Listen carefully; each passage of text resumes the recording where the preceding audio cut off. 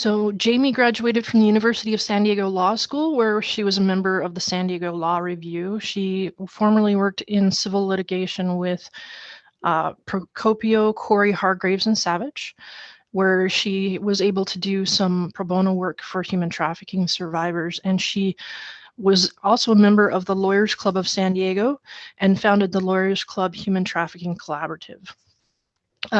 When she was doing that work, she discovered that when they were able to get the charges dismissed from a survivor's record, there still were, even though the cases were dismissed, the charges remained, which made it really difficult to get jobs and just move on with life.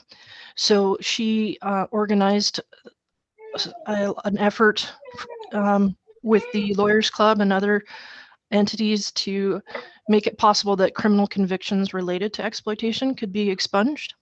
And that happened in 2016. And in 2017, Jamie founded Free to Thrive, which is a pro bono law service where they do all of these cases for survivors for free.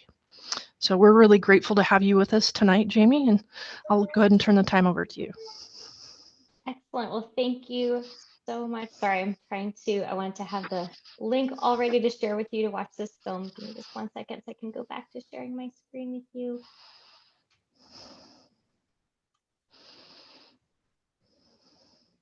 Okay.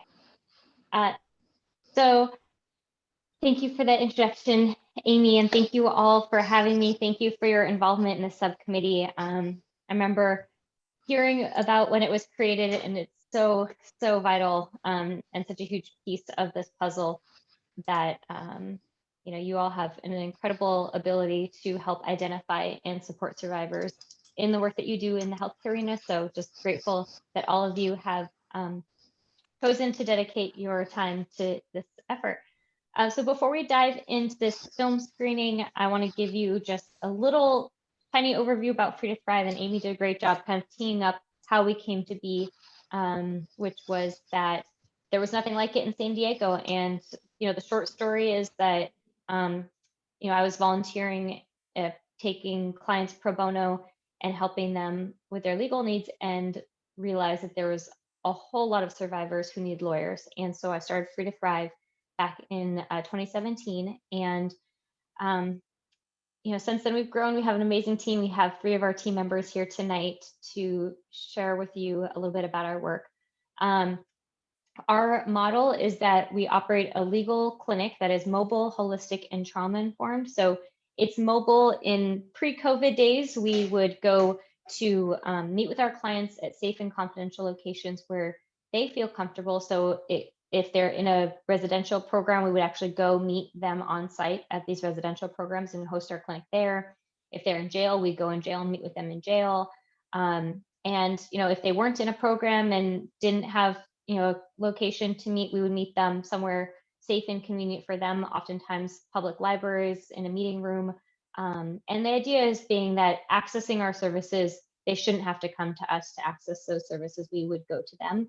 And in the world of COVID, we were already set up as a remote workplace because of our mobile model, and it helped us really easily transition to being a completely virtual program. So we represent our clients and work with them totally virtually, as many have learned to do in this new world that we're in.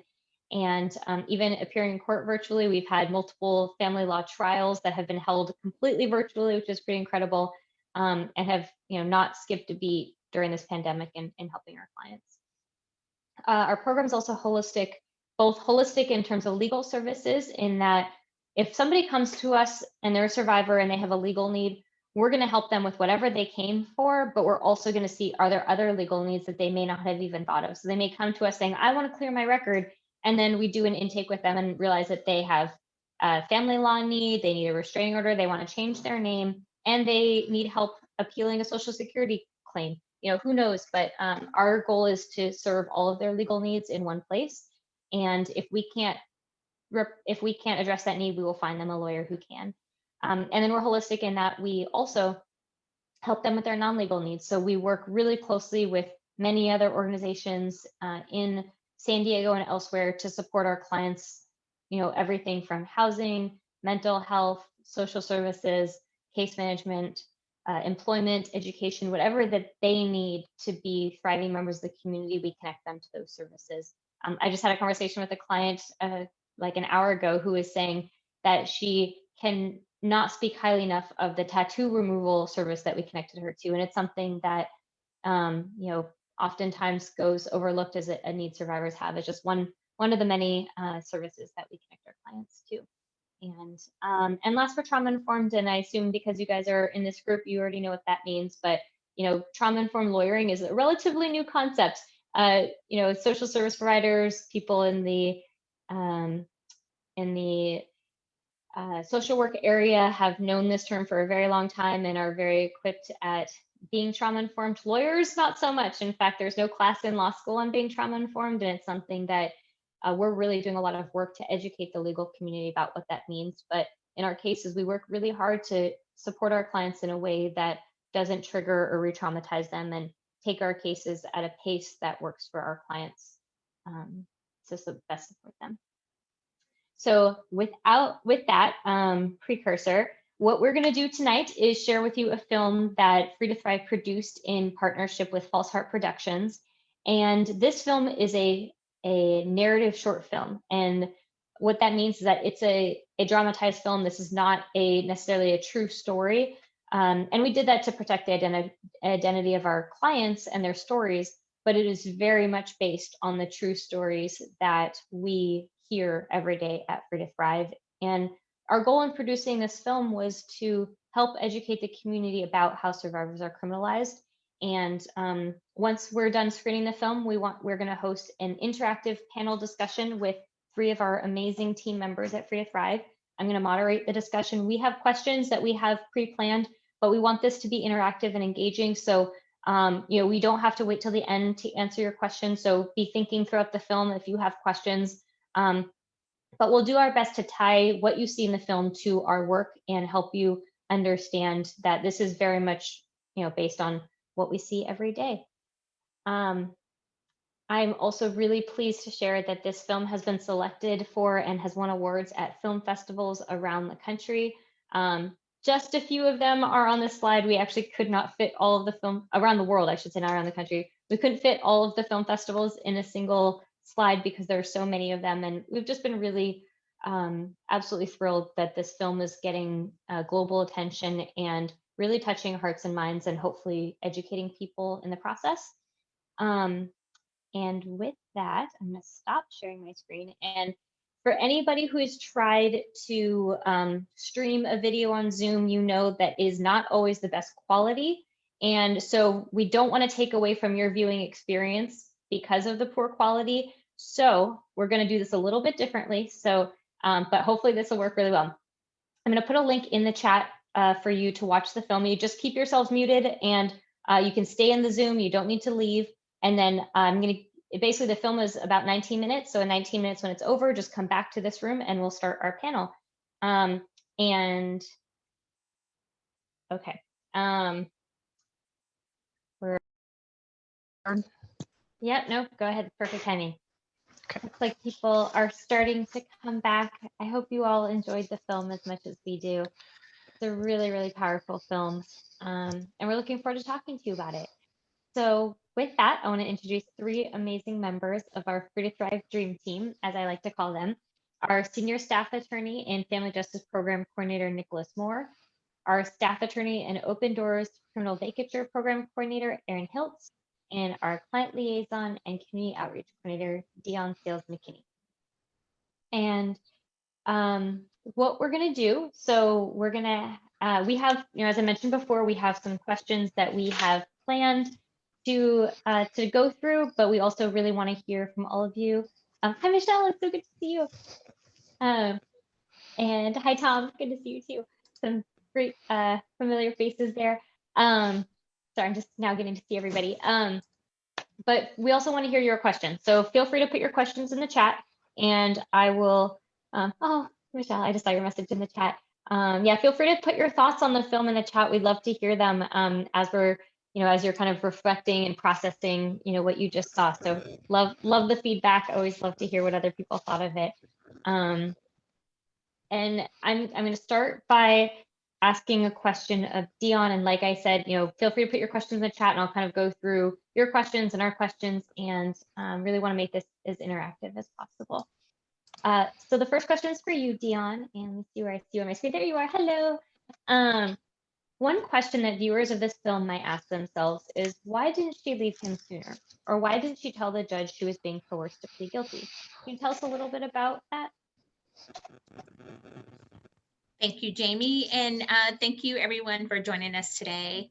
The question why, I only thing I can share is that every survivor is different, and unless you are a survivor, you have no idea what they've experienced, what is going on with them at the time when they're making the decision.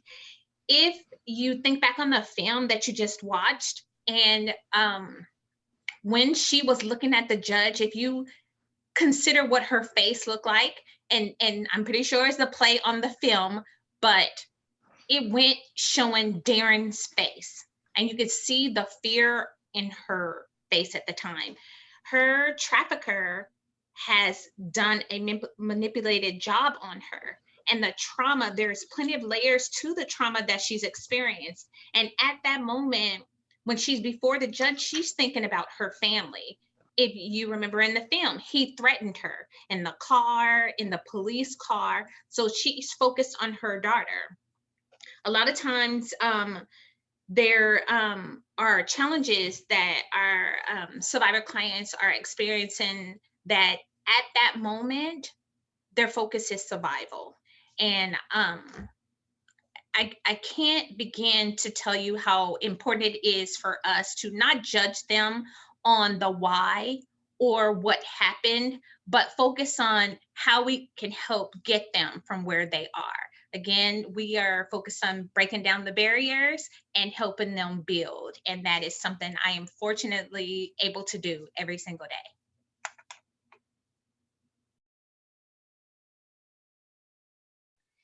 Thank you, Dion. Next question is for you, Erin. Erin, how did the intake scene reflect your own experience working with survivors in jail? I think what the film does really well is it captures just how cold a jail cell and like how impersonal a jail cell is, or even a professional meeting room for somebody who's in custody. It's this very impersonal space. And in that first meeting, when doing intake, we're asking a few personal questions. We do need to get at whether somebody is a survivor of human trafficking, but we try very hard not to get into the details of it, because if I ask somebody in my first meeting with them about the most traumatic stuff that's ever happened to them, they're not going to want to meet with me again, and I will never be invited to another cocktail party when we're allowed to host them. So we get into the very, very surface level to establish that a potential client is a survivor of human trafficking, and then we sort of back off on that line of questioning, and we'll pick it up later, which you kind of see in the letter writing and disclosing the things that have happened via the letters. And we do that because it takes time to build trust with potential clients and clients. And we don't want to have them share this really traumatic story and then at the end of our professional meeting time, just like send them back to an even more impersonal space, their cell, their bunk, wherever it is that they may be lodging that evening. So it's very accurate to that. And what I really like is that the actress who portrays the survivor does an incredible job of showing just how strong survivors are. There is that question that comes up twice, like, is this really free? Because nobody can imagine having somebody who's not a public defender as their attorney completely free of cost. And then she's asking if it's free because nothing in life has come free and her life has been very difficult. But at the same time, so many of our clients are just so strong. And I know that even if they hadn't met with me, like, they would find a way to get through being in custody, to get through the things that have happened to them. They're incredibly strong, powerful human beings. And I'm so grateful that we get the opportunity to work with them. Thank you, Erin. Nick, my next question is for you. We created this film in the midst of a historic moment in the movement for racial justice. In creating this film, we really struggled with what race should Iris be? because we didn't want to perpetuate any stereotypes about human trafficking survivors based simply on the race that that Iris is. And in the end, we decided to have women of multiple races all shown as survivors as a way to show that this happens to everybody. There's not one group that's, you know, that this happens to.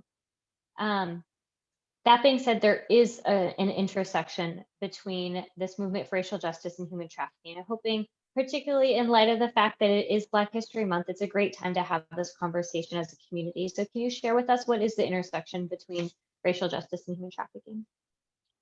Absolutely. You know, human trafficking is about exploitation, and as we consider Black History Month, right, it's important to be mindful of the types of exploitation that have historically occurred in this country. The ideas surrounding ownership of a person's body, right? When a person is being sex trafficked, that sex buyer thinks that they've purchased that body for a period of time to do with what they please. It's a concept that's not unique to this time period. As Jamie said, anyone can be a victim of trafficking, because what trafficking really is about is it's about exploitation. And there are many different risk factors that would make somebody vulnerable to trafficking, but mostly the types of exploitation that we see prey on isolation and loneliness in individuals. And so young children are particularly vulnerable, especially if they don't have experience with romantic relationships. They're not used to getting attention, or they're getting attention maybe from someone older. But specifically on the intersection of trafficking and the racial justice movement, African Americans are 13% of the population in the United States, and they make up 40% of trafficking survivors. The year before California banned the arrest of minors for prostitution, Black girls represented 70% of juveniles referred to juvenile court or probation for prostitution. At Free to Thrive, 2/3 of our clients are women of color. And frankly, ever since this movement really has been mobilizing its latest iteration, we've had a number of clients who are Black women who are arrested and are being prosecuted for crimes that I firmly believe if they were white, they would not be prosecuted. Did an arraignment for one today. It's hard to understate the extent to which bias and prejudice infiltrate our systems. And when you're talking about marginalized and exploited groups, you have to understand how the systemic biases tend to affect them as well. Yeah, it's just sad. It makes me angry to talk about, frankly. Thank you, Nick. Makes me angry too. Amy, did I see you raise your hand? Oh, you're muted. I was waving to someone, but I do have a question. Have you represented male or non-binary survivors, and do you represent survivors of labor trafficking too? Yes. So I can touch on that. So, and I see Michelle asked, was the youngest client we would serve. So I'll answer all of that. So we serve anybody who has identified as a human trafficking survivor or somebody who's been exploited, which means we represent adults and minors, people of all genders, all identities. We have a number of transgender and non-binary clients. We have a few male clients. We want to have more male clients, but we, I think they're even more isolated and less likely to come forward. We do represent labor trafficking survivors in addition to sex trafficking. We also, we need to do more work in the labor trafficking space to reach that population, but we do serve them. And in terms of ages, we would serve any age. There's certainly no age limit. In working with minors, there's a lot of things we have to be mindful of in our representation of them. We don't have many minor clients. We have a lot of TAY, transition age youth clients, 18 to 24, 26, but I don't know that we have any current minor clients. We have one new client it's actually a mom who has reached out about her daughter, which we have pretty commonly. Someone might reach out for information or advice or help navigating a criminal investigation or prosecution involving their child in some way. But one thing that's really amazing about San Diego is that our Rise Court, which you may be familiar with, works with trafficked youth who have been charged with a crime. And that court is an amazing holistic court. And since its creation, there has, I think, been less of a need for our services for minors because they're getting all the support. But like one of those minors could have a child and they might need a restraining order, or might want custody of their children. And that's where we would represent them, even though they're getting all this help in Rise Court. That's something that the Rise Court would not address their family law needs. So hope that answers all those questions. Next question is for you, Dion. And feel free to keep asking questions in the chat or raise your hand. Oh, I see a hand up. Sorry, D Thompson. Yes. Hi, Jamie. Hello. Hi, I'm with iCare under San Diego Youth Services. Hello. I have a question about, are you able to work with youth that are looking that are dealing with a drug charge, but it's not related? Does it have to be related directly to the trafficking, to the trafficker, or can they have catched cases in their time through this journey of them dipping and doing, do you know what I mean? On their journey, Yeah. they've experienced some charges. It's not directly related to trafficking, but they are in that wheelhouse. Definitely. That's very much part of what we do. For that survivor, because they're a minor, I would definitely try to get them into Rise Court if you can, because as far as I understand, Rise Court isn't limited to trafficking related charges, but it's for people who've been trafficked. Although I know iCare, you guys know better than we do, how that works. So if they're not in Rise Court, there might be a reason for that. But they'll have a public defender, and our San Diego PD's office is great.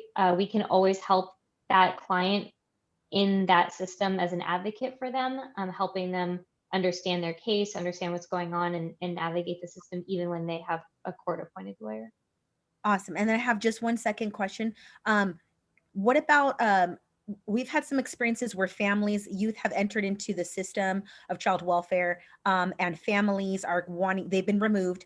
Families are wanting to get those children back, but for the fact that they were not appropriately supervised, and the C-sex situation happened underneath the nose of the parents, and therefore they were taken. But now the family wants to seek legal services into getting those youth back. Do you, or can you recommend some kind of family legal team that can support that family unit if parents are kind of getting back on board of doing a better job?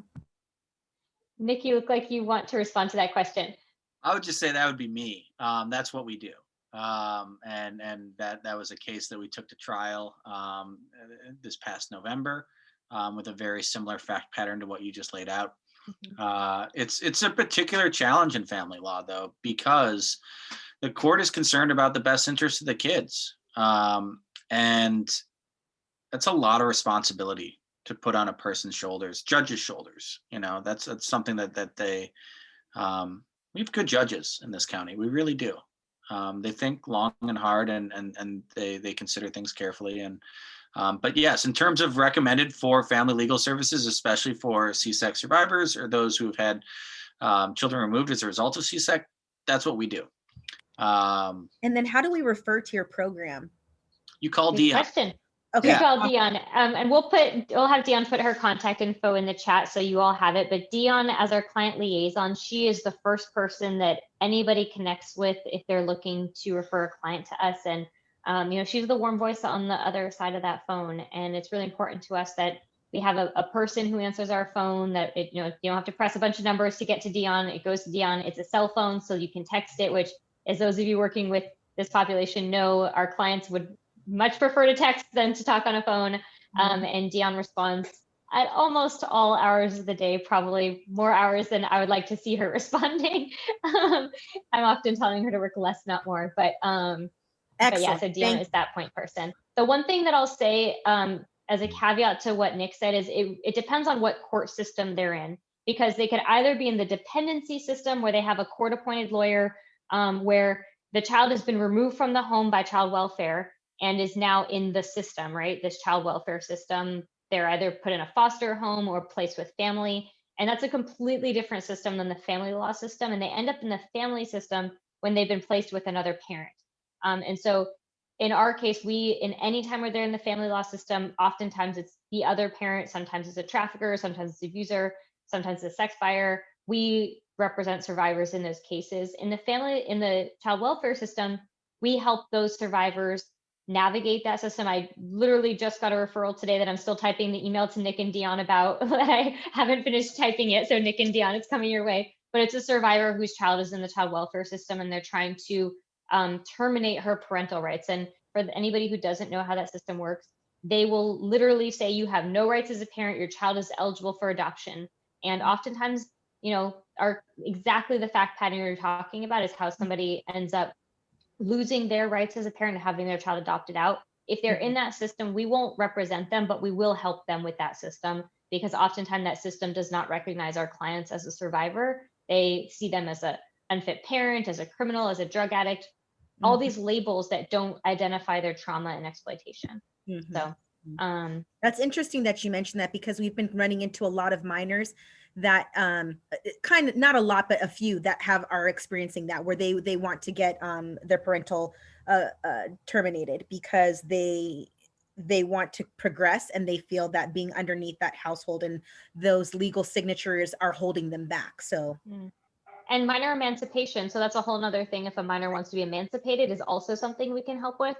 We have not, honestly, I always thought we get a lot of calls for emancipation from youth who have been trafficked and want to be emancipated. We have yet to have one.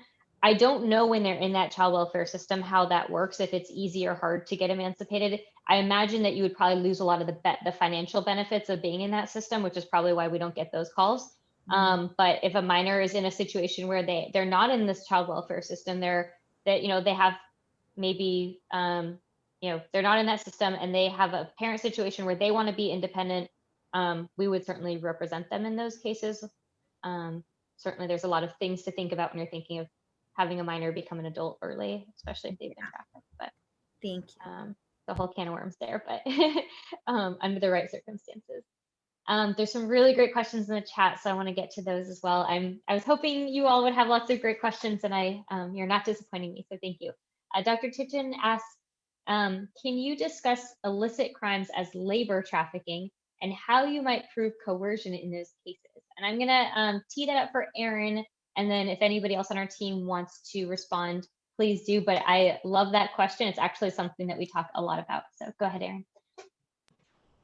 So we don't get a ton of labor trafficking in the way that I think most people perceive labor trafficking, because I think a lot of people think of labor trafficking and the immediate thought is out in farms picking crops. It's a very agricultural based understanding of what labor trafficking is. And the labor trafficking that we see tends to be more the movement and sale of drugs. So it's forcing somebody or coercing somebody to sell or move drugs under forced fraud or coercion. And a lot of the force that we see is threatening either the individual or their families with some kind of bodily harm if they don't do what they've been ordered to do. But then there's also some coercive aspects, because sometimes we see traffickers, kind of like in the film, withhold their identification documents unless they do what they've been instructed to do. So I would say most of our actual labor trafficking cases have been the movement and sale of drugs. Jamie, you can disagree with me, but I see nodding, so you're not disagreeing. I disagree with you. I disagree with you. Not in general, but we have had where there was a young man at working as a chef, and his wife was a housekeeper. And then there's also the issue. Well, sorry. So there are those domestic housekeeping sort of labor trafficking cases as well. We've had cases where the client has been essentially in indentured servitude in a home and is cleaning a space that is far too big for far too little pay. So they're still receiving a paycheck, but they aren't really getting, they're getting paid $1.73 an hour for the work that they're actually doing, no days off and things like that. So those certainly come up as well. So, and I agree with you. And we've taken all kinds of cases. I think that the cases that Erin is describing of these, where what that question goes to of crimes as labor trafficking, those show up in our vacatur cases where a survivor wants to clear a record that they had, that they said, I was being forced to do this. Like, I was being forced to traffic drugs and I wasn't getting paid for that. I was getting beaten if I didn't traffic the drugs. Like, that's labor trafficking. And we've been successful in vacating a survivor's record for that. And in her case, she had lived in the United States a very long time, but was undocumented. And it was really incredible because clearing her record paved the way for her citizenship. So she, or for her legal status, I should say. So she was working with an immigration lawyer. The immigration lawyer contacted Free to Thrive and said, in order for us to be successful in helping her with her immigration case, we need to get her record cleaned up. Can you help? And we said, yeah, we can help with that. So we worked our cases in tandem. We worked really closely with her immigration lawyer, and we were successful. Then her lawyer was successful in her VAWA petition, which is a petition as a Violence Against Women Act, as a domestic violence survivor, because it was her husband who was doing this to her, and threatening to get her deported if she didn't do this, because he was a citizen and she was undocumented. And now she's applying for a T visa, which will give her a path to citizenship if she's successful. And none of those, the VAWA and T visa wouldn't be possible if she had this record of drug charges. And then the other cases that Dion's talking about, where it's, forced labor, there isn't a criminal element of that, right? Somebody who's, a housekeeper who's not getting paid their fair wages is definitely a trafficking victim, but there's no crime that someone is claiming they're committing a crime. So we don't see those cases as vacatur cases. We see them for something else. They may have a family law need, or we had one client who was a domestic servant and she wanted to sue her trafficker, and her damages were pretty low because she escaped relatively quickly, fortunately. So we filed a small claim against her trafficker and we won. She got she got her day in court, and she got this, judgment by her trafficker, and she actually was able to collect that judgment, which is always hard to do in a case. And she went home to her home country, and it was really empowering for her to have that day, get that justice, and then go back home to be with her family. So a really good question by Annie, who asked, you mentioned building trust as a key to your work. As a healthcare provider, this is difficult with a one-time encounter. Also, sometimes interacting with the police on a hunch is not positive. Have any advice? I'm going to ask Dion to answer this first, but I know that Nick and Erin can also answer this question as well. So feel free to add anything in addition to what Dion says. Take it away, Dion. Erin, we're still on the same team, I promise. So the question is, it really has to do with being trauma informed, respecting them where they are, recognizing if, when we're talking to them, like if you recall in the film, when Grace first started asking Iris questions, you could see her resistance with like, here we go again.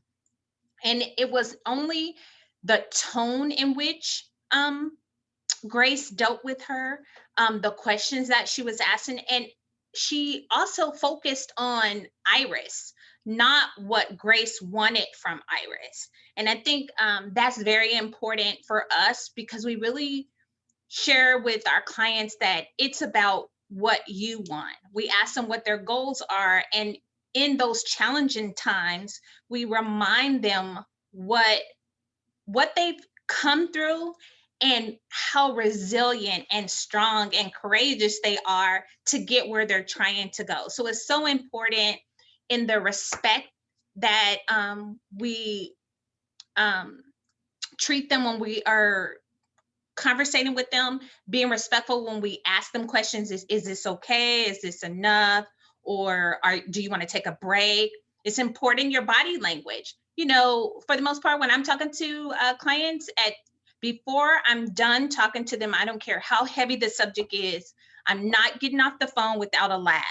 And most likely, when we're talking about chocolate, or we're talking about pink, or we're talking about ice cream, it normally generates a laugh. And so it's important for us to make sure we let them know that even though our services are free, we are going hard for them, and that what they want and what's important to them totally matters to us.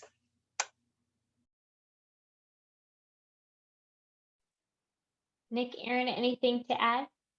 Just time. It's generating trust takes time. When I was a somewhat younger lawyer with less experience, I had to figure out how to sell clients who came into my office. The setting itself, right, was something that helped sell clients and helped earn trust.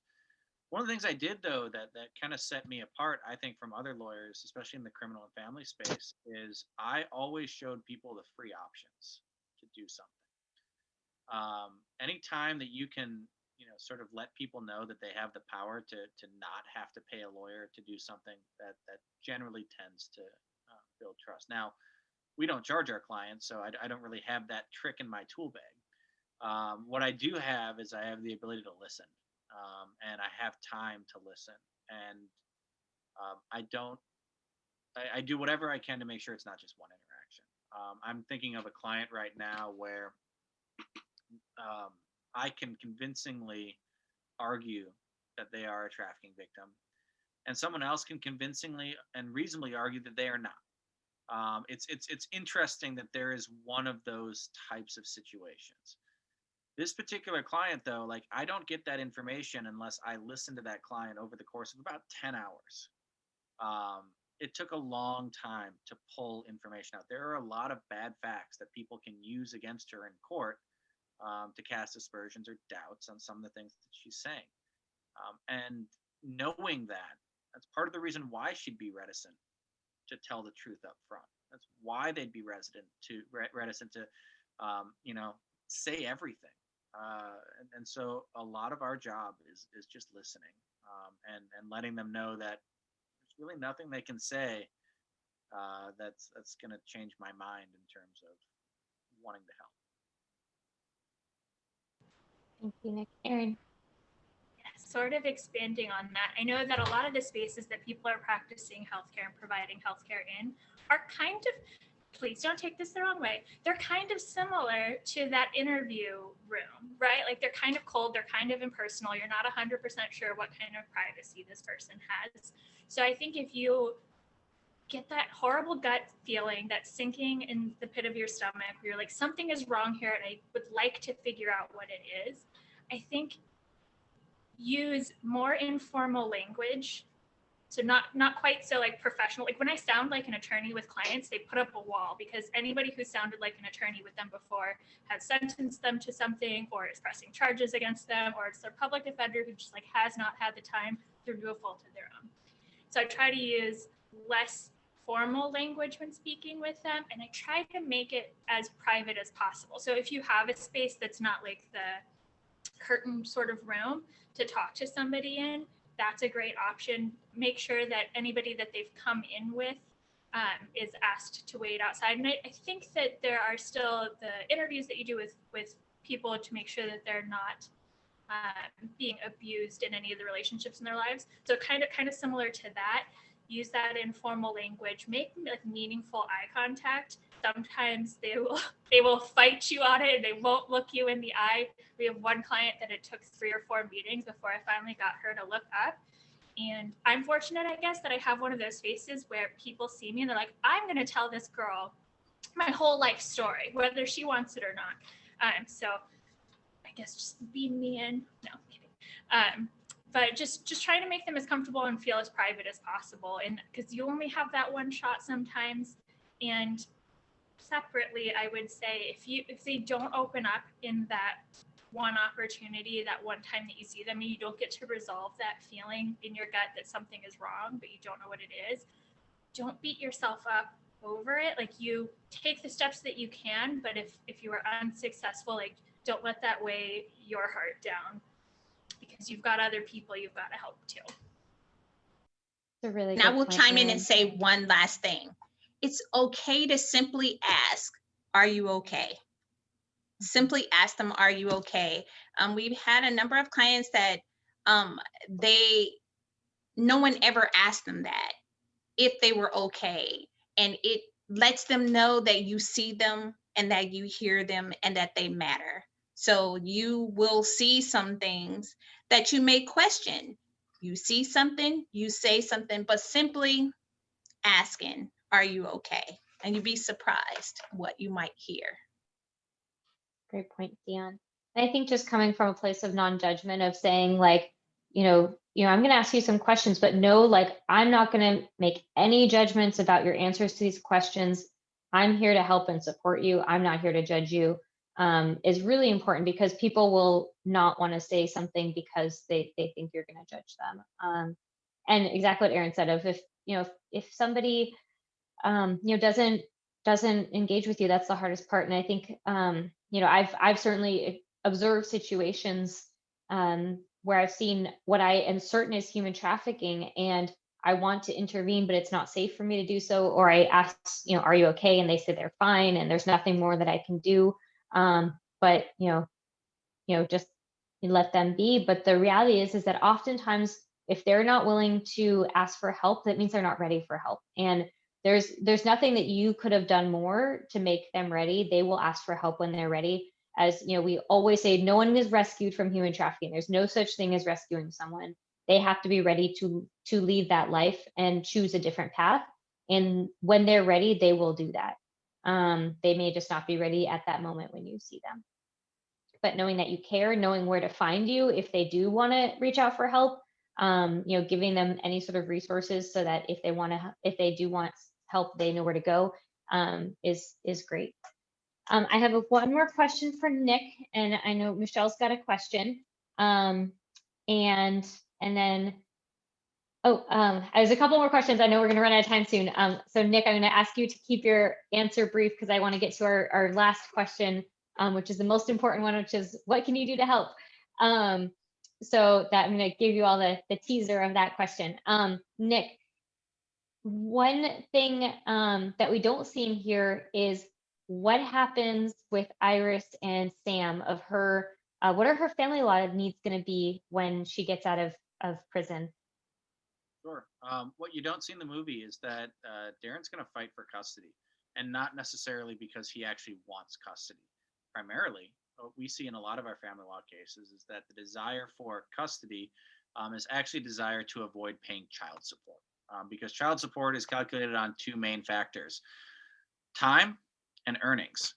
And if there's at least a court order of an equal time split, well, that takes out one of the variables for child support. Very frequently, what happens in a lot of our cases is the parent will just leave the kid with a grandparent, aunt, uncle, or relative during their parenting time. It has nothing to do with their actual desire to parent. The other thing is that court is extraordinarily re-traumatizing for our clients. Most of our clients have had awful experiences in the court system to begin with. The courtrooms are not hospitable. They are sterile and austere and meant to convey the awesome power of the state. The system is overwhelmingly white. It's just simply not a comfortable place for people with different demographic backgrounds. But for the most part, our family law cases are pretty similar to a lot of family law cases in the legal system. A lot of domestic violence.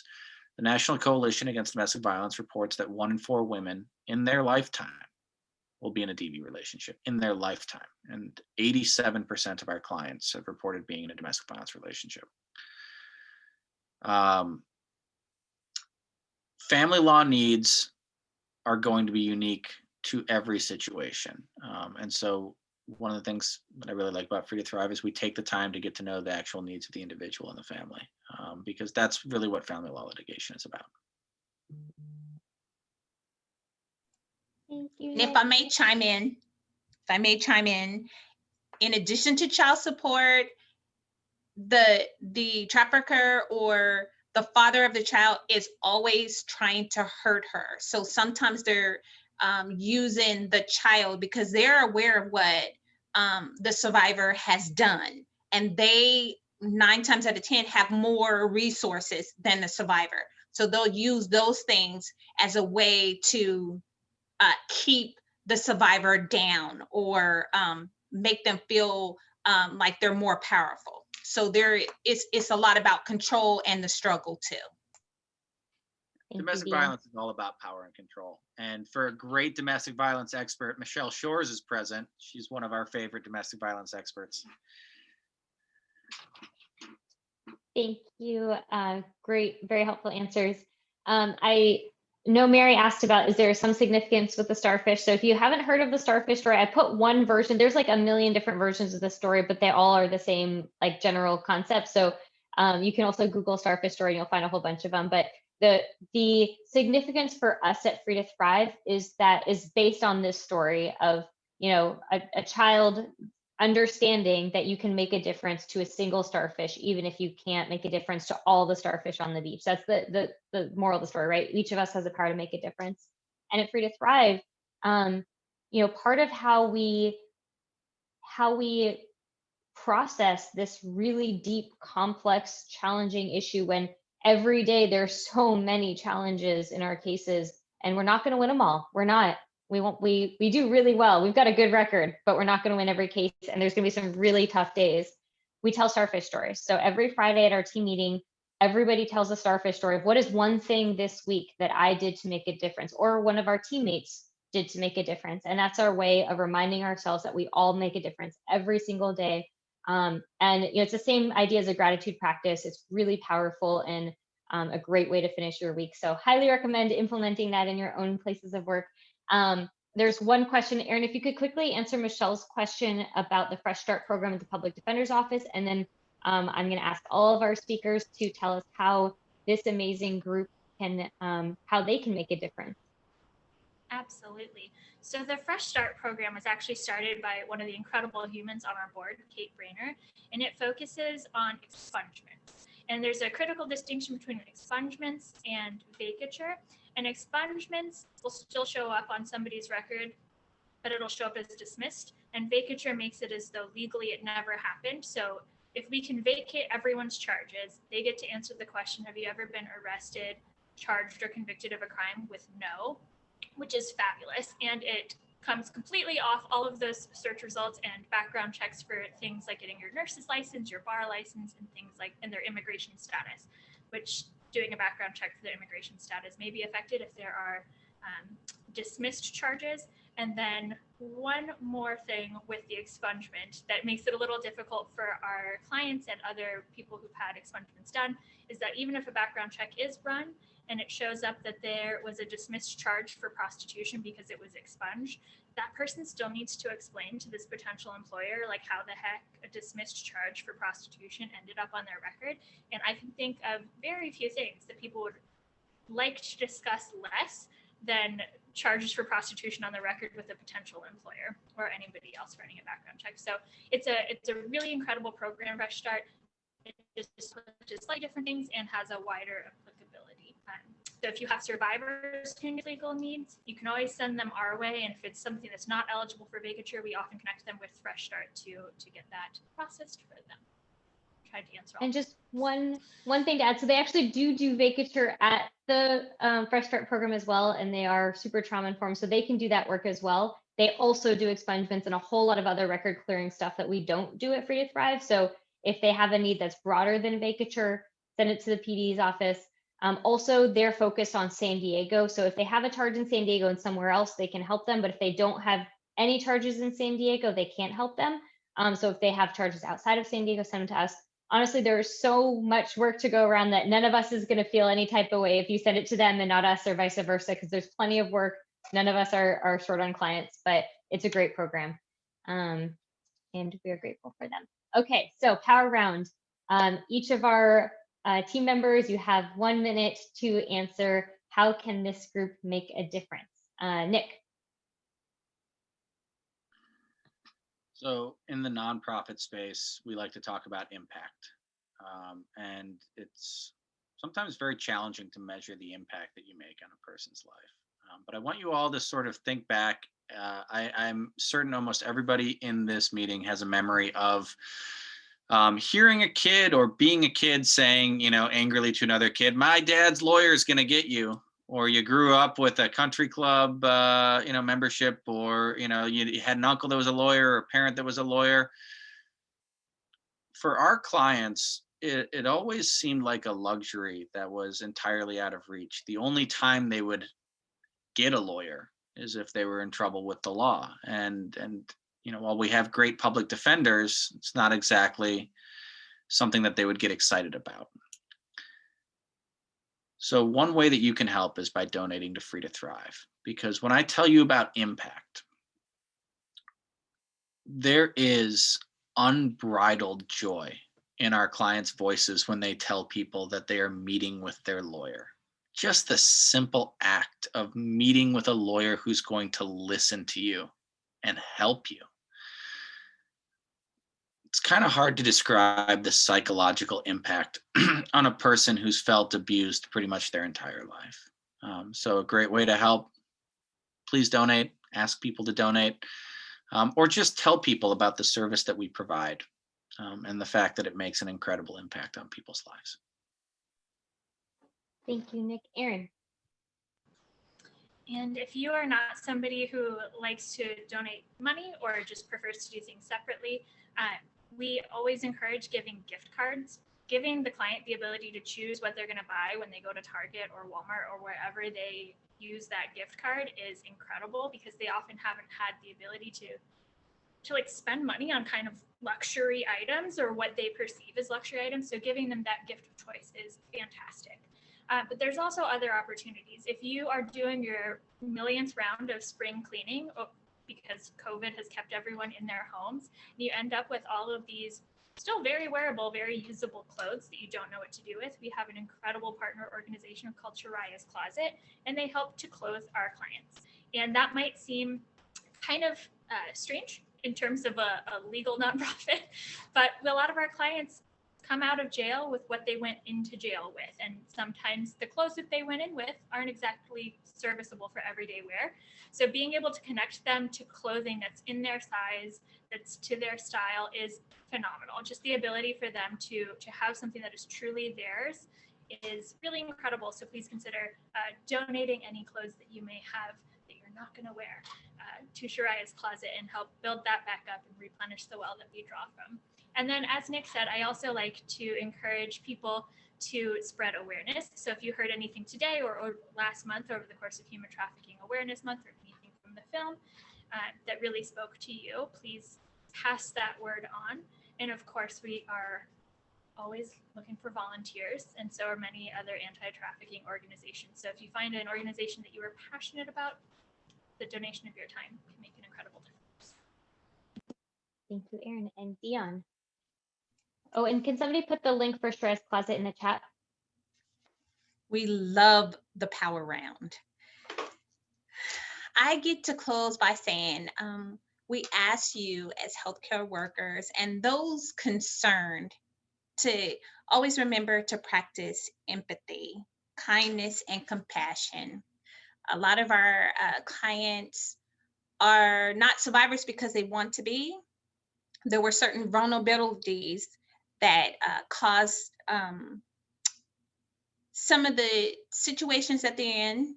Exploitation is not somewhere you stand on a corner and you're looking, but there are simple things that can make you vulnerable. A lot of times you think about a car accident, while you might be driving legally, if somebody runs into you, the impact is still great. You could lose your job, or you could have physical therapy, but it impacts your life in such a way. And with our clients, we ask that you respect them, not pity them. They are the most courageous, resilient, inspiring women, children, some men that I have ever had the privilege to encounter. And with Free to Thrive, we ask you to consider volunteering with us. We ask you to share some of the information you've seen and heard today, so that others might become aware of survivors in a way that they're not judging them, because it is our goal and our commitment to create a space where all irises are free to thrive. And we ask you to join us in this journey. Thank you so much, Dion. Well, with that, I am so grateful for all of you for being a part of this program tonight. I want to share with you that we do a lot of trainings, and we'd love you to join us for one of our trainings. This training just happened last week, but it's on our website. It's in one of our advanced trauma trainings on the mental health impacts of trafficking, which I thought might be particularly of interest to this audience. A really phenomenal training. But you can see all of our current and past trainings, upcoming and past trainings on our website. And there's a whole lot of other information on our website, so I encourage you to check it out and also join our email list, because then you can find out about future training opportunities and future events. With that, just thank you all so much. Thank you for having us. And Amy, I don't know if you want to say anything else to wrap up. Can I say one last thing, please? If you guys know any survivors that may need support as a parent, please contact us, because we have a parenting workshop that is beginning on Monday. We ran out of time, so I couldn't tell you about all the amazing programs that we created during COVID, but please reach out to me and I will be happy to share the information with you, because we are focused on helping survivors build a different legacy than they were brought up in. Thank you. Thank you, Dion. And actually, one other plug, sorry, Amy and everybody else, is that we also are offering a music meditation, music therapy for clients, but we're also offering it for service providers separately. And all of you are serving the community. You're welcome to join us. The information's on our website, but we'd love to have you come do some meditation with us. And it's really just a thank you to the community members who support survivors. Thanks so much. I really appreciate the work that you're doing and your enthusiasm and dedication in doing it. I really appreciate the presentation that you shared with us tonight.